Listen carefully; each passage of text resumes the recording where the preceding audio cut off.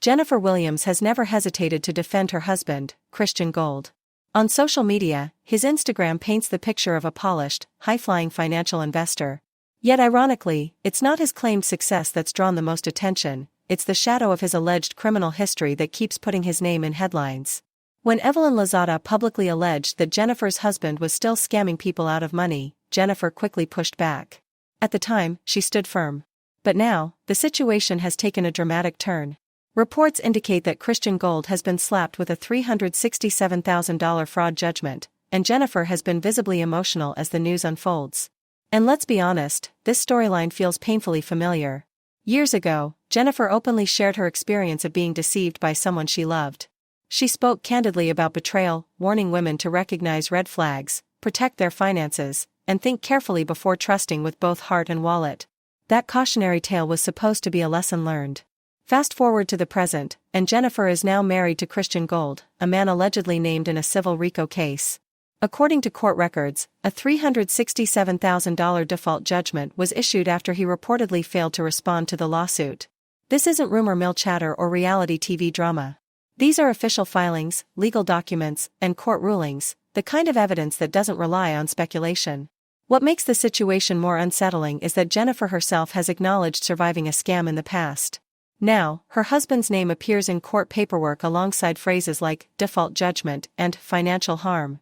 Legal documents state that Christian Gold faces a $367,625 judgment tied to accusations of fraud, racketeering, and allegedly operating a Ponzi-style scheme under Georgia's RICO Act.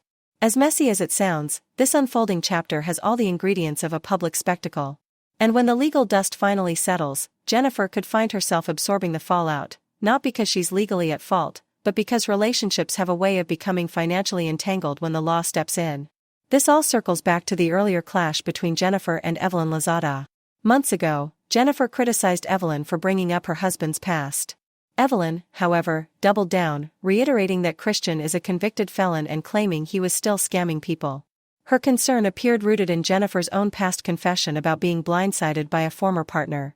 Jennifer once revealed that her ex-boyfriend was a seasoned con artist who manipulated her trust, took her Range Rover, and left her emotionally shattered, and literally without a ride.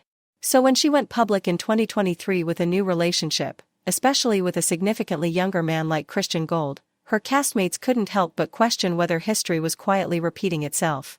Barely in his 30s, Christian portrayed himself as a savvy player in real estate and finance. That description alone made several women in Jennifer's circle uneasy. Still, instead of interpreting their hesitation as genuine concern, Jennifer waved it off as jealousy and negativity, brushing aside the warnings as noise from critics with bad intentions. Evelyn, however, refused to let it go. She continued pressing questions about Christian's background, especially given how carefully curated his online presence appeared. On Instagram, he presented himself as a polished financial expert, someone guiding others toward wealth, boldly labeling himself an 8-figure wealth portfolio manager. At a glance, the image was impressive. But behind the filters and motivational captions were repeated encounters with the justice system that told a far more complicated story. By the time Jennifer announced her engagement later in 2023, she was clearly aware that skepticism was growing louder. During an interview with Carlos King, she addressed the criticism directly, emphasizing that she wasn't naive, that she had learned from past heartbreaks, and that she trusted her own judgment. What many didn't realize then was that Christian's most serious legal issue stemmed from a false imprisonment charge that led to a 30-month prison sentence. He was released on probation in 2018. So as Jennifer prepared for her 2024 wedding, public concern intensified. Fans and viewers became increasingly vocal, urging her to slow down, especially as unsettling details about Christian's business dealings and legal history began to surface. The first major red flag for many came in the form of a viral video. In it, Christian openly stated that he needed $250,000 to cover restitution from a past court case before he could marry Jennifer. Almost immediately, online investigators went to work. What they uncovered raised even more alarms. Christian had a prior domestic violence conviction and outstanding court-related debts, and the numbers he shared didn't appear to match reality. While Jennifer spoke publicly about her willingness to spend a staggering $250,000 on what she believed would be a once-in-a-lifetime wedding, Christian quietly reframed the financial situation in a way that later drew serious scrutiny. According to multiple accounts, he told Jennifer he was facing a mandatory legal payment, claiming that without paying this massive restitution, he wouldn't be allowed to leave the country.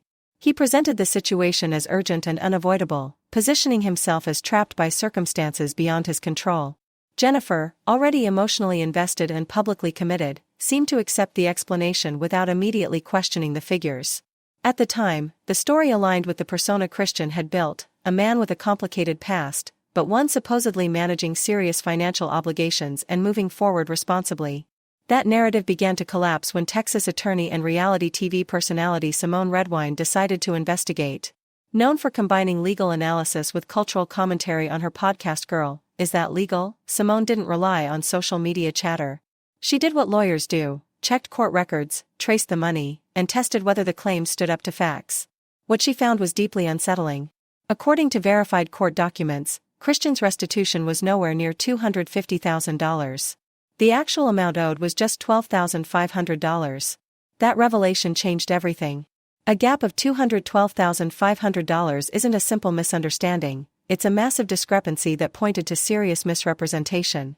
Simone confirmed that Christian ultimately resolved the $12,500 during a court appearance, settling the matter with relative ease.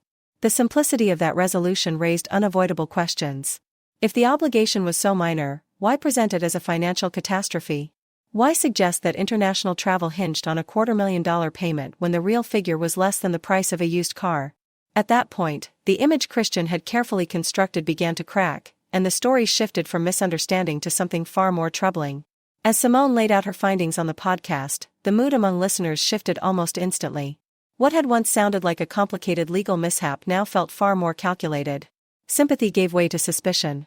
People began wondering whether the wildly inflated restitution story had been used as a tactic, perhaps to rationalize money coming in from others, or to paper over gaps that didn't quite add up in Christian's financial narrative. Simone sensed there was more beneath the surface. This wasn't just about one exaggerated number. So she took the discussion further, opening the door for people who claimed they had been directly impacted by Christian to speak for themselves. What followed changed the conversation entirely. The stories that emerged were unsettling in both detail and similarity.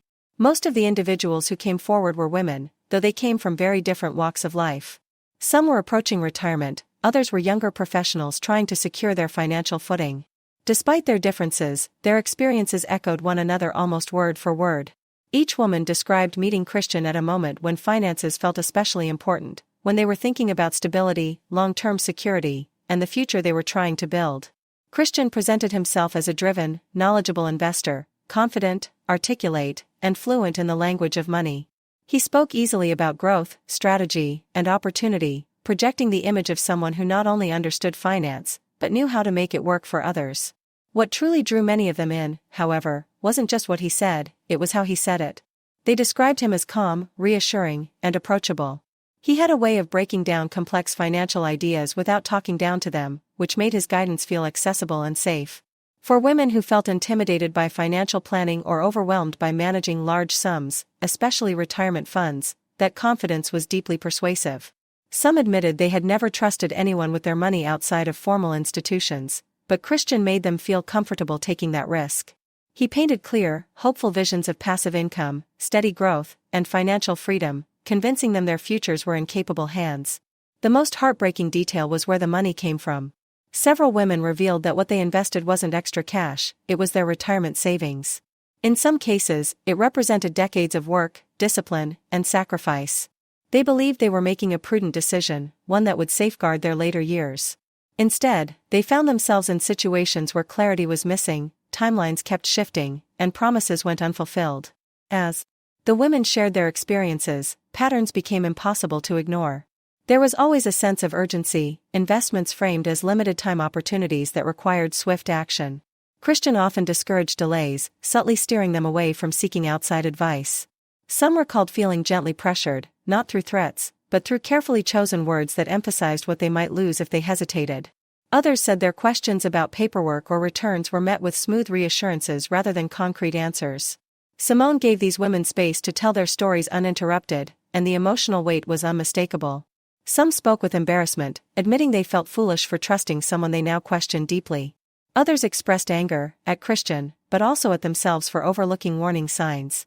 A few were visibly shaken, describing the anxiety and fear that set in once they realized their money might be gone for good. The podcast shifted away from spectacle and toward something far more serious, a platform for people who felt deceived and financially harmed. Against this backdrop, Jennifer Williams' role took on new importance. Whether she knew the true amount of Christian's restitution, $12,500 instead of $250,000, remains uncertain. There has been no clear confirmation that she was aware of the discrepancy, and it's possible she accepted his explanation without independently verifying it. Still, the gap between what was claimed and what was documented stands out as a glaring warning sign. In any relationship, especially one involving shared finances and public commitments, honesty about money is essential. A misrepresentation that large inevitably raises doubts about everything else. For observers, the situation sparked uncomfortable questions about trust, power, and accountability. Jennifer, a public figure with significant resources, appeared willing to invest deeply, emotionally and financially, into a future with Christian. Meanwhile, Christian presented himself as weighed down by legal and financial burdens that court records suggest were far less severe than he implied. That imbalance meant critical decisions may have been made based on incomplete or inaccurate information. As the story continued to unfold, it became clear this was no longer about one relationship or one misleading claim. The restitution discrepancy became symbolic of a broader pattern, one marked by opacity and carefully curated narratives. For the women who came forward, seeing these details exposed was both validating and painful. It confirmed that their instincts hadn't been wrong, even as it forced them to confront the reality that they may have trusted someone who built credibility on an illusion.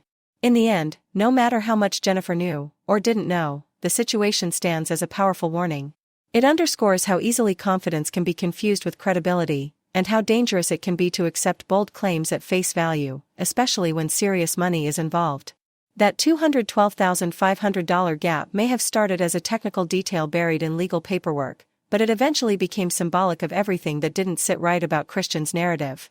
For many watching from afar, that was the exact moment curiosity turned into concern, and benefit of the doubt gave way to alarm. What makes the story even more jarring is how abruptly everything changed. Just weeks before what should have been one of the most joyful milestones of their lives, the entire emotional tone surrounding Jennifer and Christian flipped overnight.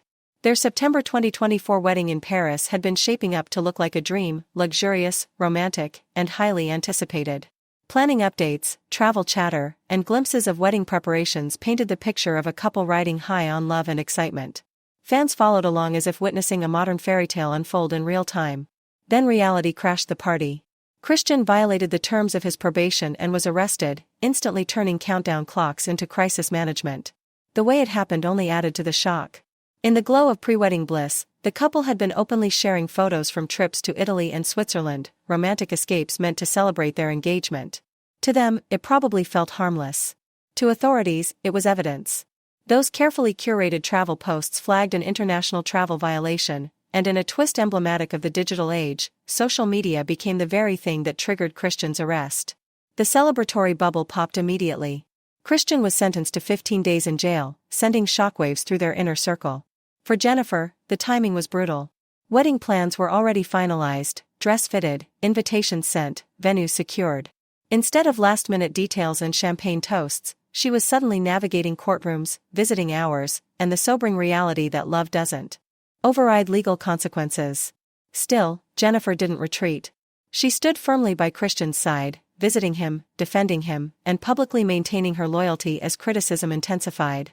That decision became a defining moment. Some admired her commitment, seeing strength and devotion under pressure. Others worried that her loyalty was tipping into self-sacrifice, that she was absorbing consequences that weren't hers to carry. But Jennifer remained unshaken. Then came an unexpected twist. The judge granted Christian a rare exception. He would serve only 2 days of his sentence before being temporarily released to attend the Paris wedding. It felt like a miracle, but one wrapped in harsh conditions.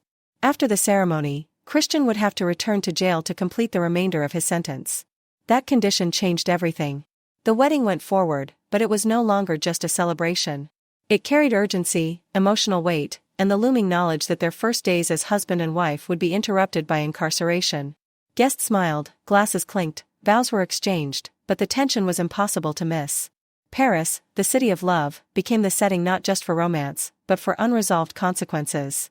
Any honeymoon plans were shelved, replaced by a marriage that began with separation instead of shared escape. Even after the wedding, even as Jennifer publicly embraced her new role as Christian's wife, concern lingered among those closest to her, especially Evelyn. From her perspective, the signs were too consistent to ignore. What others framed as bad timing or unfortunate circumstances looked, to her, like a pattern. She believed Christian was pulling Jennifer into a cycle of stress, justification, and emotional labor, maneuvering through life without fully accounting for the toll it was taking on her. Evelyn found herself stuck between loyalty and fear. Speaking directly risked damaging their friendship, staying silent felt like betrayal. Eventually, she chose a careful middle ground, turning to social media to voice concern without naming names. The response was immediate. Followers, already invested in Jennifer's story, connected the dots quickly. One post in particular struck a nerve: "When God gives you warning signs, it's not to hurt you, but to protect you from greater pain." The timing made the message impossible to ignore. Evelyn followed it with another post, emphasizing the danger of ignoring intuition and the consequences that often follow when warnings are brushed aside.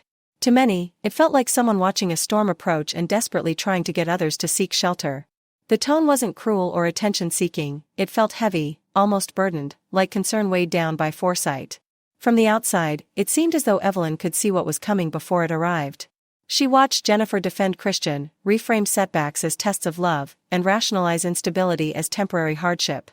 And while Jennifer projected strength, those close to her could sense the emotional cost. Marriage is supposed to begin with closeness, shared routines, and new memories. Instead, Jennifer was balancing legal schedules, public scrutiny, and the quiet loneliness of a husband who had to return to jail just days after saying "I do." Public opinion fractured. Supporters argued that love means standing by your partner when things fall apart. Critics countered that accountability matters, and that Jennifer was paying for choices she didn't make. Social media, once filled with travel photos and wedding excitement, became a battleground of interpretation. Every silence felt loaded. Every post was dissected for hidden meaning. And hovering over it all was Evelyn's unspoken warning: this didn't have to be how Jennifer's story unfolded. As time passed, the shock dulled, but the underlying issues didn't disappear. Christian served the rest of his sentence. Jennifer waited. Whether her loyalty would ultimately be rewarded, or whether Evelyn's fears would prove justified, remained uncertain. What was clear, though, was that this was no longer just a love story. It had become a lesson about visibility in the digital age, the consequences of unchecked trust, and the thin, fragile line between standing by someone and slowly losing yourself in the process. Evelyn remained on the outside looking in, caught between hope and an unshakable sense of dread. She wanted, desperately, to be proven wrong. She wanted a future where Jennifer could look back and say the warnings were unnecessary, that love had truly prevailed. But until that version of the story materialized, Evelyn couldn't ignore what her instincts kept whispering. The signs, to her, had always been there, quiet but persistent, like warning lights blinking in the background. And in that fragile space between faith and fear, she continued posting online, not to expose or embarrass, but to remind anyone willing to listen that concern often shows up wearing the disguise of care. Not long after those cryptic messages,